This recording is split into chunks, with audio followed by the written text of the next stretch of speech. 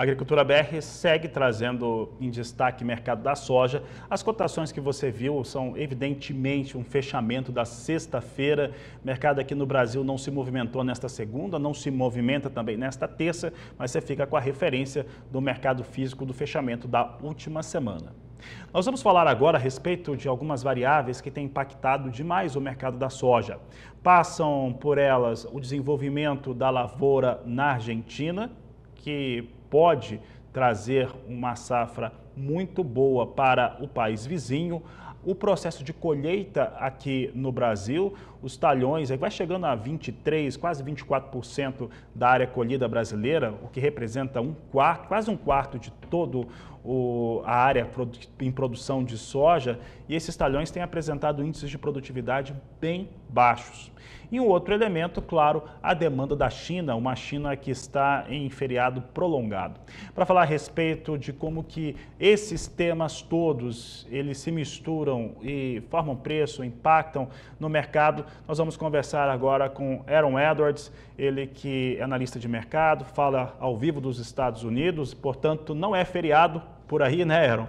Aaron, e falar em feriado, é uma semana bastante parada, né? Porque o Brasil praticamente para uma semana e a China também está em um momento de grande paralisação por conta do feriado de Ano Novo Lunar. Como é que esses cenários misturados influenciam o mercado da soja agora? Boa tarde, seja bem-vindo. Boa tarde, falou bem, aqui não é feriado, mas está em ritmo de olho do furacão de um mercado que teve grandes movimentações e aí agora ninguém sabe exatamente como vai ser, quais vão ser as notícias que vão direcionar o mercado no outro lado desse feriado. Mas você apontou os pontos principais, então vamos por partes. Sexta-feira passada, final da semana passada, nós vimos algumas movimentações interessantes. Nós vimos uma certa sustentação no preço em várias praças no mercado físico de soja. Isso, se continuar, é um sintoma que o preço caiu, mas não está descolando de Chicago porque o produtor não está vendendo. Isso é um bom sinal.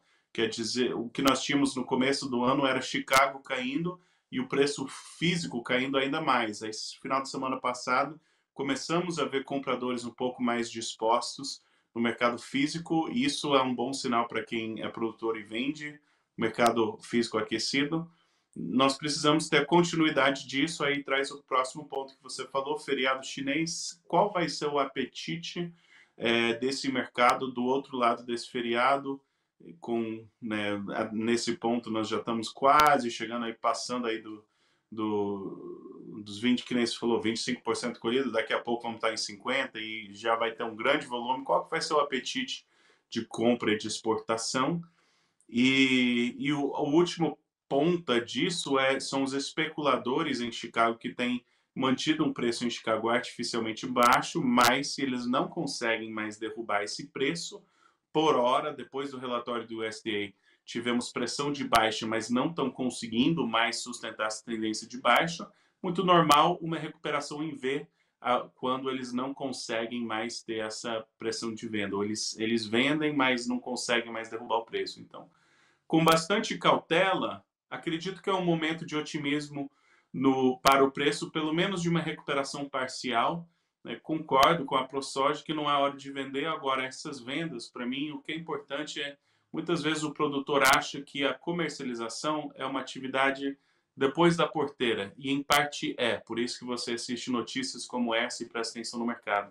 Mas muitos erros na comercialização desse ano aconteceram dentro da porteira. O produtor não se programar com soja de 120, 130, 140, para não ter feito vendas. Não era o momento de você estar precisando vender agora, já era para ter vendido o suficiente para você passar esse período da safra tranquilo. Então, aí que fica a palavra de alerta, tem que colocar o trabalho dentro da porteira em dia na comercialização. Aaron, vou pontuar duas questões aqui sobre os produtores rurais aqui do Brasil, até porque eu conheço bem, e uma que acaba concordando com esse processo e outra dá uma defendida também em relação a essa ação dele. Mas a verdade é que já pela terceira, quarta safra seguida, nós vimos um produtor que nas duas primeiras comercializou antecipadamente, o preço subiu e ele considerou que não deveria comercializar antes, né? E isso trouxe prejuízo ou acabou cerceando aquilo que ele poderia ter ganho na última campanha e muito mais nesta safra ainda. Ou seja, ele não protegeu os custos de produção, né? Ao não fazer essa comercialização antecipada, né? E que estavam com boas margens. Isso quando a safra estava sendo pensada ali em setembro, outubro. Então ele teve grandes oportunidades, até em novembro tinha algumas oportunidades interessantes e elas foram diminuindo até finalizar. Mas há uma questão também que muitos pontuaram aqui, que eles não estavam com muita certeza em relação à sua safra, né? E acaba que vai mostrando que o Brasil deve ter uma quebra de safra mesmo, deve se configurar e se confirmar essa quebra. Mas é que todos os analistas pontuaram que era necessário fazer uma venda antecipada, vender aos poucos e não tentar acertar o olho da mosca, né? Tentar acertar uma venda com um preço mais alto e um grande volume. Esse comportamento, Aaron, aqui no Brasil, ele dá para dizer que é comum? Como é que o produtor norte-americano se comporta em cenários como estes? Muito bem, então, poder vender na safra e precisar vender na safra são coisas muito diferentes, certo? Então, o produtor norte-americano precisar vender na safra é um erro. Aconteceu com muito produtor norte-americano nesse último ano. Tinha milho de $6, soja de $14, eles acabaram vendendo preços baixos na safra no período que estava fraco, né? Setembro, outubro, e acabaram vendendo nas baixas da safra. Então, não é um erro, digamos, exclusivo do produtor brasileiro, é muito normal. Quando você tem a safra e você está olhando para quanto você colheu, esse é o momento que é mais fácil você fazer a venda. E eu sempre falo que, primeiramente, tem ferramentas. Se você não tem garantia que você vai conseguir entregar o físico, existem ferramentas que você pode usar para proteger preço. Mas o segundo ponto é aquela mentalidade 880. Qual foi a última vez que não colheu nada, né? Não penso na comercialização sobre vender tudo ou nada. É quanto que você pode razoavelmente vender antecipado, quanto que você pode razoavelmente segurar para entre safra. Sim, eu acho que foram 2 anos atrás que os melhores preços chegaram fora, como se fosse fora de época, durante o que eu chamo da temporada de compra, e tinham sintomas que apontavam para vendas, mas não a temporada. Então, sempre vai ter exceções. Então, você poder vender nas exceções, ótimo, vende nas exceções. Precisar vender durante a safra, no que eu chamo de período de compra, só não é boa gestão de risco. Precisar vender. Você pode vender se o mercado apresenta boas oportunidades no período da safra, mas precisar vender, aí é uma falha dentro da porteira.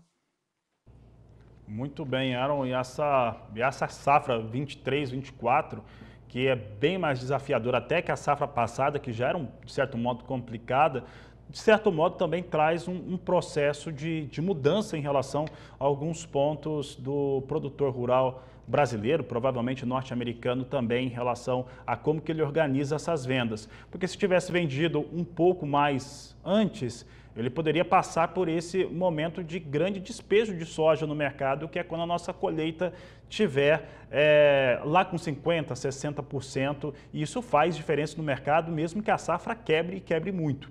Aí eu te pergunto o seguinte, Aaron, vamos colocar aqui uma suposição de um cenário muito interessante para quem produz e produz no Brasil, que a safra argentina, ela talvez não seja tudo isso, o clima ali prejudica um pouco, eles não cheguem ali a 50 milhões de toneladas, fica um pouco abaixo disso, mas não dá para também acreditar que fique tão mais abaixo que 50 milhões. Mas a safra brasileira aqui mais baixa, ali em torno de 145 milhões de toneladas, talvez até menos, mas com o mercado já considerando isso. A China, ainda assim, ela teria tempo para esperar e especular preços, até quando que a China conseguiria especular para fazer compras mais baratas, principalmente de soja do Brasil?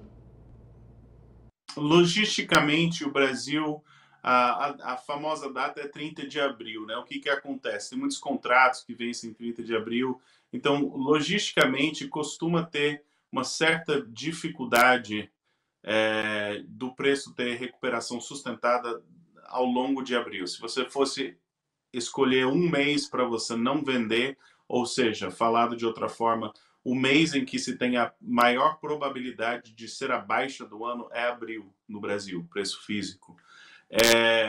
Então, até abril, isso tem essa sazonalidade pesada, mas isso não quer dizer que não vai ter recuperação entre agora e abril, mas talvez esses ganhos sustentados, duradouros, não vão ser tão, não vai ser tão, as oportunidades talvez sejam, tem que baixar um pouquinho a expectativa do que o mercado pode fazer e tem que executar. Então, eu gostaria que você tivesse numa posição de não precisar fazer vendas até o fim de abril. Se você precisa fazer vendas até o fim de abril, vai ter que aproveitar oportunidades, mesmo que sejam tímidas, de movimentar essa soja, porque você está numa situação que não tem muitas alternativas, é uma situação complicada. Né? Mas nem 8 nem 80, não precisa de extremos, não precisa de desespero na comercialização, mas é importante você falar quanto que eu deveria vender antecipadamente para eu não estar numa situação de precisar vender grandes volumes na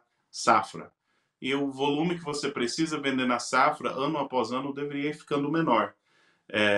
E tem outras dicas também, mas o mercado dá voltas, eu acredito, espero, entre esperança e crença, eu acredito que Chicago em algum momento vai se desfazer dessa posição dos especuladores. Geralmente antes do plantio norte-americano isso acontece, pode ser um pouco uma ou duas semanas antes, uma ou duas semanas depois, mas eu acredito que março, abril, maio vão trazer uma recuperação em Chicago e o prêmio também, eu espero que quando termine o carnaval, que volta a atividade, que entra o comprador chinês, a gente começa a ver uma sustentação no prêmio também no Brasil. Essas são as duas coisas que eu estou observando com muita atenção. Muito bem, Aaron. Aaron, vou colocar mais uma suposição aqui. O produtor, sojicultor brasileiro, que está passando por esse cenário de perda de produtividade, está vendo os preços deprimidos, vendeu pouca soja, mas que está com bom lastro financeiro, conseguiu repactuar os vencimentos, assim como a orientação de todas as associações aqui no Brasil em relação aos vencimentos do sojicultor, e ele consegue chegar num momento como esse e começa a vender a soja em um momento que pode ser mais favorável. Ele consegue reduzir um pouco desse peso da safra 23-24, de todos esses riscos que ele acabou correndo e possíveis prejuízos, dá para reduzir bem esse cenário de risco? Eu acredito que sim. E para quem consegue segurar soja, e a orientação, como você falou, até mesmo nessa programação, esperar conseguir distribuir esse fluxo de grãos ao longo do ano, isso traz várias coisas, porque aí você vai ter uma concorrência. Tem que pensar pelo ótico do comprador. Pelo ótico do comprador, ele está falando: caramba, tem soja sobrando hoje no Brasil, o produtor está numa situação muito complicada, deixa eu comprar esse grão logo, porque talvez vai ser barato para mim, talvez vai ser bom. Se eu fosse um comprador, eu estaria tentando comprar tudo que eu posso para me garantir, pelo menos até os meus estoques da safra americana, lá para setembro, outubro. Comprador nível mundial. Estaria comprando muita soja brasileira, mas tentando esconder um pouquinho o jogo, falando: não preciso, tal, vou comprar só um pouco, tal, mas comprando. Como comprador, essa seria uma estratégia hoje, porque a verdade é que os relatos do USDA, da Conab e os relatos de grupos como a ProSoja, a diferença entre esses dois números é a diferença entre um quadro de oferta e demanda similar ou pior do que o ano passado, ou um crescimento de estoques. Então, se o número é mais próximo do número da ProSoja, mais cedo ou mais tarde esse comprador vai ficar nervoso. E se o número é mais próximo das expectativas da Conab ou do USDA, nós estamos no processo de reposição de estoques a nível mundial. Então, o mercado que vai ver se tem mentira aí no meio ou não, o mercado vai ter que procurar isso. Mas como comprador, eu estaria aproveitando esse momento. Então, como vendedor, não é interessante. Não é interessante. Se você consegue espaçar, segurar essa soja, recomendo.